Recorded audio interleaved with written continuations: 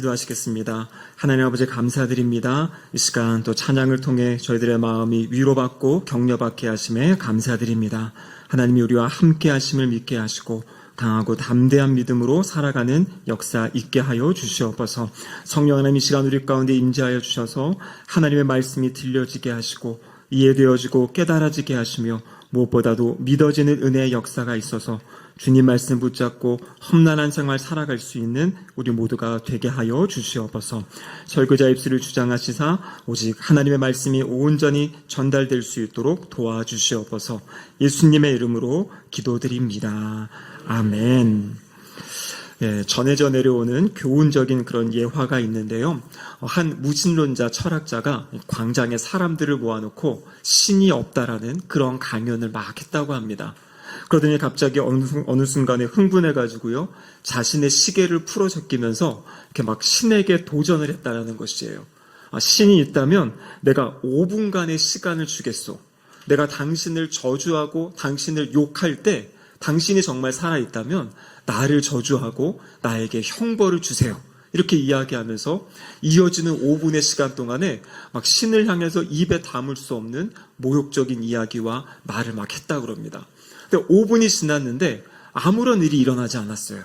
그랬더니 이 사람이 하는 말이 무엇이냐면 사람들에게 그것 보십시오. 신이 없으니까 내가 이렇게 저주를 하고 욕을 해도 아무런 것이 없지 않습니까?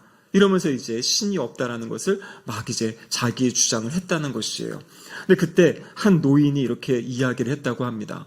당신의 강연을 잘 들어보니까 당신이 지금까지 한 이야기는 신이 없다라는 것을 증명한 것이 아니라 당신과 신이 아무런 상관없는 사람, 신과 관계없는 사람이라는 것을 증명한 것 같습니다.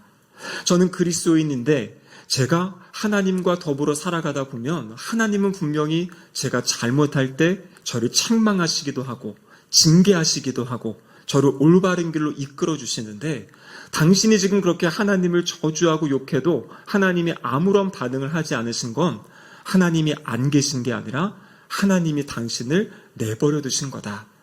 당신과 지금 상관없기 때문에 당신이 되게 불쌍한 사람이다. 이러한 이야기가 신앙의 예화로 전해져 내려오고 있습니다. 이게 뭐 사실인지 아닌지는 모르겠지만 상당히 의미가 있는 내용인 것 같습니다.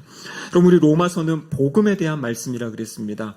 근데 복음에 대한 말씀이 선포되기 전에 로마서 1장 18절부터 이 3장 19절까지 이어지는 말씀은 무엇이냐면 하나님의 진노하심, 하나님의 심판하심에 대해서 먼저 말씀하고 계세요.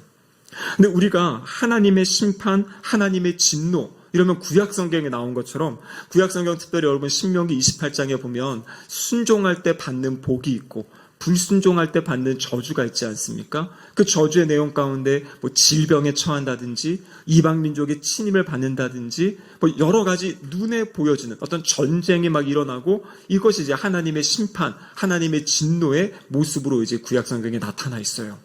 그런데 여러분 신약 성경에 보면요, 그러한 모습뿐만 아니라 하나님이 진노하실 때 어떻게 진노하시는지 이 로마서 1장의 말씀을 통해 우리에게 말씀해주고 계십니다. 로마서 1장 18절 말씀을 같이 한번 읽어보겠습니다. 같이 읽죠.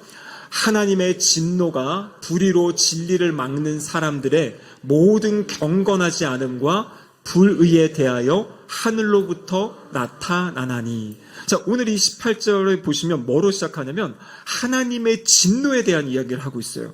하나님의 진노가 나타난다 이렇게 말씀하고 계시죠. 여러분 하나님이 우리 인간들에게 왜 진노하실까요?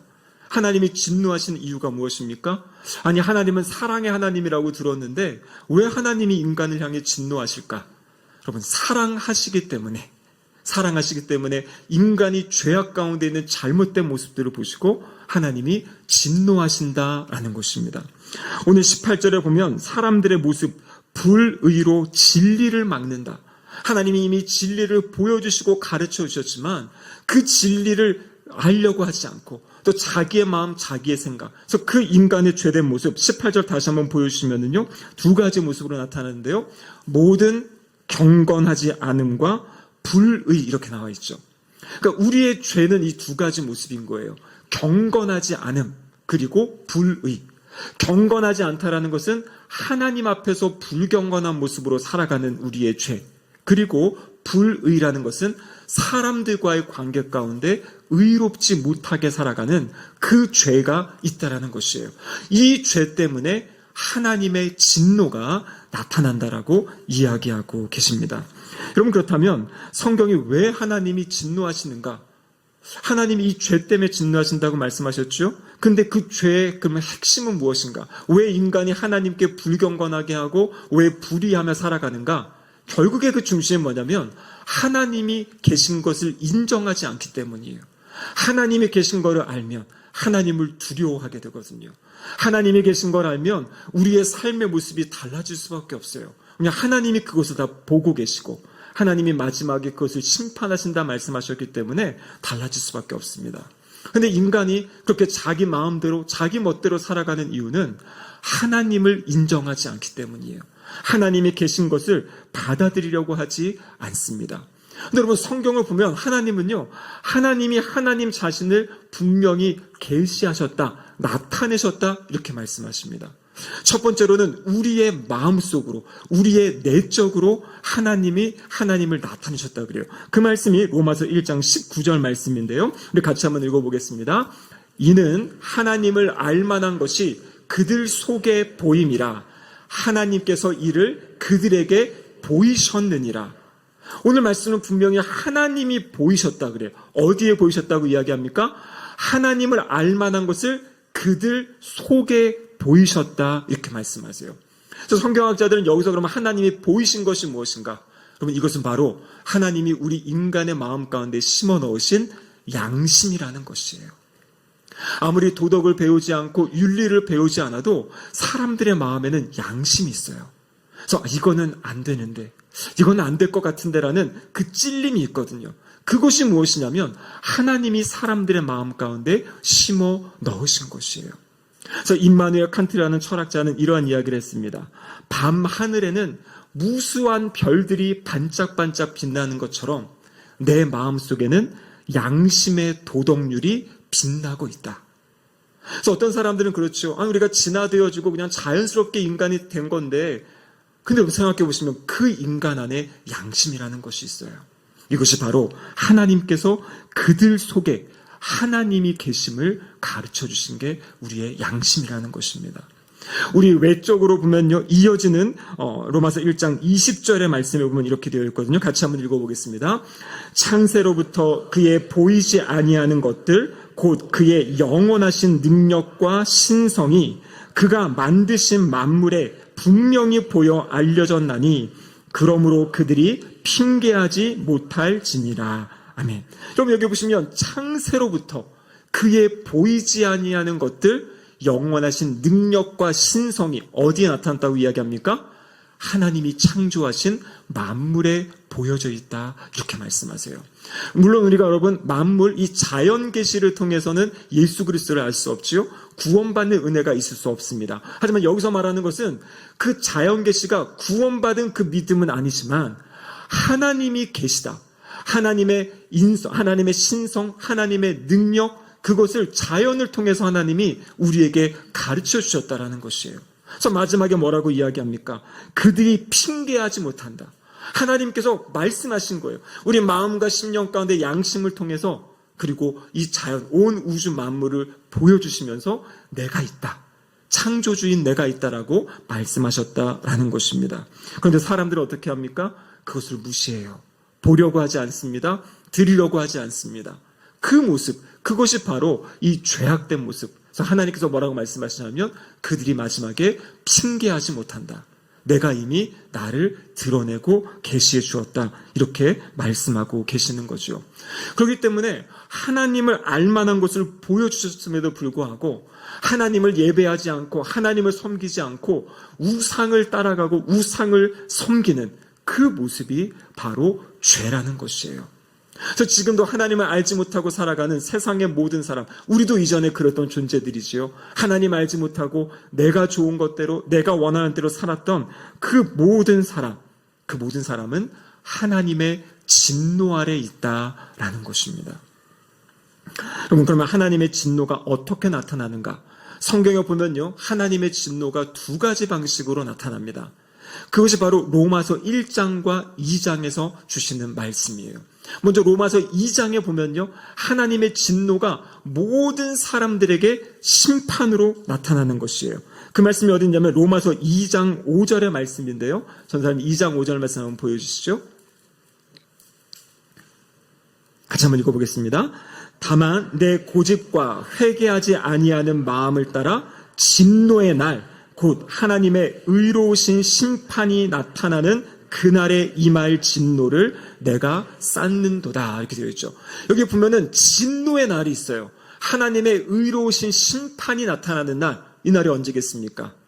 예수님 재림하실 때, 주님 다시 오실 때 우리 주님은 심판주로 오시는 거예요. 우리가 지금 새벽 예배 때 데살로니가 전서, 데살로니가 후서의 말씀들 지금 말씀을 보고 있죠. 이번 주에 보셨던 말씀, 데살로니가 후서에 나오는 것이 무엇입니까? 하나님의 공의에 대해서 말씀하세요. 하나님의 공의가 언제 완벽하게 드러나는가? 언제입니까? 주님 재림하실 때. 그때 악한 사람들은 하나님이 진노하시고 그들을 형벌로 하시겠다 말씀하셨고요. 그때 주님을 믿는 사람들, 의인들에게는 영생을 주시겠다고 말씀하신 거예요. 그래서 마지막 때, 주님 재림하실 때에는 분명히 이 땅에 어그러진 모든 것들이 올바르게 잡히는, 바르게 질서를 잡아가는 그러한 때가 온다라고 성경은 우리에게 이야기하고 계시는 거예요. 그런데 그럼 그 마지막 때가 임하기 전에, 그 전에도 하나님의 진노가 나타난다라고 이야기하고 있어요. 마지막 때는 마지막 심판이고요. 그 진노의 모습은 무엇이냐면 한마디로 이야기하면 내버려두는 것이에요. 유기하는 것입니다. 우리 요즘에 애완동물을 유기한다 그런 얘기하죠. 키우던 애완동물들을 그냥 갖다가 이렇게 버리는 거죠. 그것을 유기한다고 해요. 하나님께서 사람들을 유기하시는 거예요. 내버려 두시는 겁니다. 그것이 로마서 1장에 나와 있는 하나님의 현재적인 진노의 모습이에요. 로마서 1장 24절에 보면은 상반절에 이렇게 기록되어 있습니다. 같이 한번 읽어보시죠. 그러므로 하나님께서 그들을 마음의 정욕대로 더러움에 내버려 두사. 그 정욕대로 더러움에 내버려 두신다 그래요. 26절의 말씀을 보시면 이 때문에 하나님께서 그들을 부끄러운 욕심에 내버려 두셨다. 욕심에 내버려 두시고요. 28절에 보시면 또한 그들이 마음에 하나님 두기를 싫어하며 하나님께서 그들을 그 상실한 마음대로 내버려 두사. 그래서 여기서 내버려 두신 것이 뭐냐면 하나님의 진노의 표현이라는 것이에요. 아까 전에 그 무신론 철학자가 하나님을 저주하고서 하나님이 자기에게 저주를 내리지 않으니까 신이 없다 한 것이, 그것이 아니라 그 자체가 하나님의 저주 아래, 하나님의 진노 아래 있는 모습이라는 것이에요. 하나님이 그를 그냥 내버려 두셨다라는 것입니다. 여러분, 로마서 1장에 보면요, 내버려 두실 때 나타나는 모습들이 있습니다. 첫 번째, 종교적인 버림이에요. 이것은 무엇이냐면 내버려 뒀더니 사람들이 피조물을 창조주보다, 조물주보다 더 섬기는 것이에요. 하나님이 다스리고 통치하라고 우리에게 맡겨준 것들을, 그것을 섬기고 그것을 예배하는 모습, 하나님이 그냥 내버려 두시니까요, 계속 그 모습으로 진행되어져 나아가는 것이에요. 로마서 1장 26절과 27절, 부끄러운 욕심에 내버려 두셨다. 그 최종 결과의 모습이 뭘로 나타나냐면 남자가 남자와 더불어 부끄러운 일을 행한다. 그래서 신약 성경의 동성애와 관련된 가장 명확한 구절이 바로 로마서 1장 26절, 27절의 말씀. 동성애의 모습은 하나님이 진노 가운데 내버려 두실 때 사람들이 나아가는 그런 악한 모습이라고 성경이 이야기하고 있는 겁니다. 그리고 세 번째는요, 성품적으로 이 사람들이 이제 망가지고 깨어지는 것이에요. 내버려뒀더니 사람들이 점점 악하여지고요, 괴팍해지고요, 성질을 부리고요, 자기의 마음을 어떻게 제어할 수 없는 이런 모습들. 그래서 로마서 1장에 보면 그 모습이 추악과 탐욕과 악의, 시기, 살인, 분쟁, 여러분, 이 모든 것이 하나님이 내버려 두실 때 나타났던 세상의 모습이다라는 것이에요. 여러분, 세상이 영적으로 타락해가고 도덕적으로 타락해가고, 그래서 어떤 사람들은 그러죠. 아니, 세상이 이렇게 악하면 신이 있으면 어떻게 이렇게 세상이 악할 수가 있어? 신이 없으니까 사람들이 막 나가고 이렇게 세상이 잘못 가는 거 아니야 라고 이야기하는데요. 성경의 말씀은 무엇이냐면 하나님께서 지금 진노하시며 내버려 두고 있어요. 기회를 주시는 겁니다. 마지막 최종 심판 이전에 회개하고 복음을 듣고 돌이킨 사람은 구원을 받지만 그렇지 못한 사람들은 마지막 그 최종 심판에 이제 임하게 되는 그 말씀을 하고 계신 거죠. 그런데 여러분, 이 불의한 사람들의 특징이 무엇인지 로마서 1장 32절에 기록되어 있는데요. 같이 한번 읽어보겠습니다. 그들이 이 같은 일을 행하는 자는 사형에 해당한다고 하나님께서 정하심을 알고도 자기들만 행할 뿐 아니라 또한 그런 일을 행하는 자들을 옳다 하느니라. 그럼 서양 사람들의 모습은 그래요. 이거 잘못된 거 알거든요. 그렇게 하면 안 된다는 거 알거든요. 그런데 해도 문제가 없는 것 같아요. 아, 괜찮구나. 다른 사람이 죄악을 저지른 것까지도 괜찮아. 그렇게 살 수 있는 거야. 어떻게 그렇게 말씀대로만 살 수 있어? 어떻게 그렇게 바르게 살 수 있어? 그냥 그렇게 사는 게 맞는 거야 하면서 서로가 서로를 격려하면서 악의 길로 빠져가는, 세상은 점점점 더 타락하고 악한 모습으로 나아가는 그러한 말씀이 오늘 본문에 기록되어져 있습니다.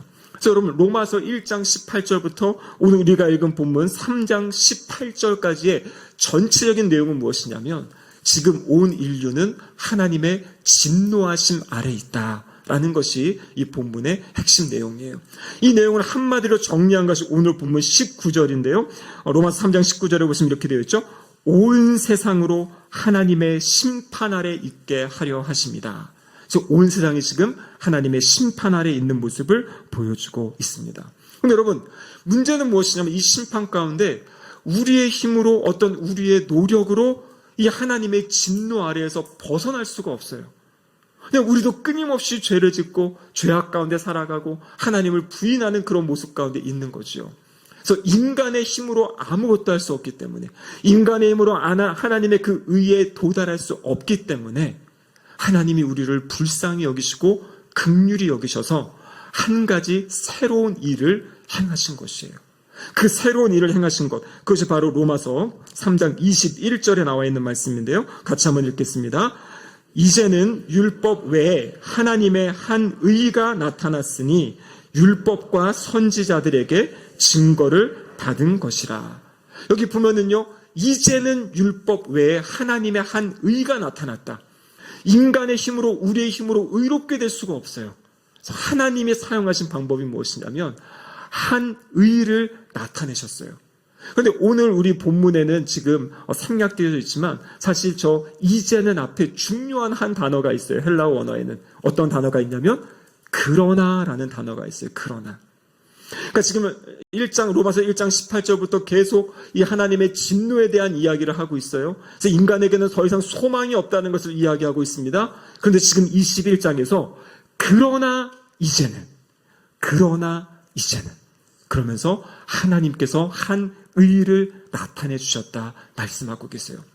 우리의 힘으로 그 상황에서 벗어날 수 없기 때문에 하나님께서 우리를 그 상황에서 건져내시기 위해서 하나님의 의를 보여주신 것입니다. 그 내용이 바로 로마서 3장 25절의 말씀인데요. 우리 말씀 같이 한번 읽어보겠습니다. 이 예수를 하나님이 그의 피로써 믿음으로 말미암는 화목 제물로 세우셨으니 우리의 힘으로는 이 죄악 가운데서 벗어날 수가 없어요. 이 죄악에서 자유케 될 수가 없습니다. 마치 이스라엘 백성들이 애굽에 종살이하면서 자신의 힘으로는 애굽에서 탈출할 수 없던 그런 상황들. 그래서 하나님께서 모세를 보내시고 10가지의 재앙을 내리면서 그들을 구원해 내시잖아요. 하나님께서 이 땅에 예수 그리스도를 보내시고요. 예수님을 통해서 우리의 그 모든 죄악의 문제들을 십자가 위에서 해결해 주신 것이에요. 그럼 그 내용이 오늘 나와 있습니다. 그의 피로써 믿음으로 말미암는 화목제물로 세우셨다. 여러분, 여기서 번역되어지는 화목제물, 여러분 이것이 다른 말로 무엇으로 번역할 수 있냐면 속죄소라는 단어예요. 속죄소. 속죄소가 어디에 나오는 겁니까? 우리 구약의 출애굽기 레위기에 보면 하나님이 이스라엘 백성들의 죄를 용서해 주시는 날을 정하셨어요. 특별히 레위기 16장에 보면 이스라엘 백성에게는 대속죄일이라는 날이 정해져 있습니다. 이 날은 어떤 날이냐면요, 이스라엘 백성 전체의 죄를 대제사장이 가지고 가서 하나님 앞에 가서 용서받는 것이에요. 1년에 한 번 이스라엘 모든 백성의 죄가 하나님 앞에 용서받는 날. 그 핵심은 무엇이냐면 짐승을 잡고 짐승의 피를 가지고 성소를 지나 지성소에 들어가는 것이에요. 지성소는 1년에 한 번 대제사장에 들어갈 수 있거든요. 그 지성소 안에 보면 언약궤가 있어요. 법궤라고도 불리우고 증거궤라고 불리우는 언약궤. 그 언약궤 뚜껑이 뭐냐면 속죄소라는 것이에요. 속죄소. 그 속죄소 뚜껑 위에 그 짐승의 피를 뿌리면 하나님께서 그 피를 보시고 그 언약궤 안에 있는 율법의 말씀, 십계명의 두 돌판이 있죠. 십계명의 두 돌판을 어기며 불순종하며 살았던 그 모든 죄를 그 덮어진 피를 보시고 하나님께서 용서해 주시는 사건이 대속죄일의 사건이에요. 그런데 여러분, 오늘 본문에 화목제물로 삼으셨다. 누구를 화목제물로 삼으셨냐면 신약시대에는 예수 그리스도를 바로 그 속죄소, 화목제물로 삼으신 거예요. 이 남유다가 바빌론의 포로로 이제 잡혀가게 되죠. 바빌론에 완전히 무너지게 되고 성전이 파괴되고, 성전이 파괴된 이후에 그 언약궤 증거궤가 사라졌어요. 지금도 찾지 못하고 있습니다. 그런데 성경에서 말씀하시는 것은 마지막 때 예수 그리스도께서 그 속죄소가 되어주시는 거예요. 그래서 예수님은 십자가 위에서 자신이 속죄소시고요, 자신의 피를 흘리심으로 우리의 그 모든 죄를 용서해 주시는 그 은혜의 역사가 십자가 위에서 일어났다라는 것입니다. 그럼 세상의 대부분의 종교들, 대부분의 윤리와 도덕은 내가 착하게 하고 내가 무엇을 잘 지키면 그러면은 어떤 구원의 은혜가 있다 그러고 나의 어떠한 행동, 행위를 통해서 어떤 결과가 나타난다 그래요. 여러분, 성경은 그것을 말하고 있지 않아요. 왜냐하면 우리가 아무리 노력하고 아무리 열심히 한다 해도 그것은 하나님께 미치지 못하는 것이에요. 여러분, 우리가 이 땅에서 이렇게 손을 든다고 해가지고 우리가 하늘의 손이 맞닿을 수 있습니까? 조금 더 높은 곳에 올라간다고 해가지고 우리 저기 뭐 롯데타워에 올라가가지고 거기서 손 든다고 하늘에 맞닿을 수 있습니까? 불가능한 거거든요. 이 땅에서 조금 더 의롭게 사는 것 같고 조금 더 완벽하게 사는 것 같지만 하나님 보실 때 구원에 있어서는 전혀 쓸모없는 것이에요. 그래서 하나님께서 한 예수 그리스도의 십자가의 사건을 우리에게 허락해 주신 겁니다.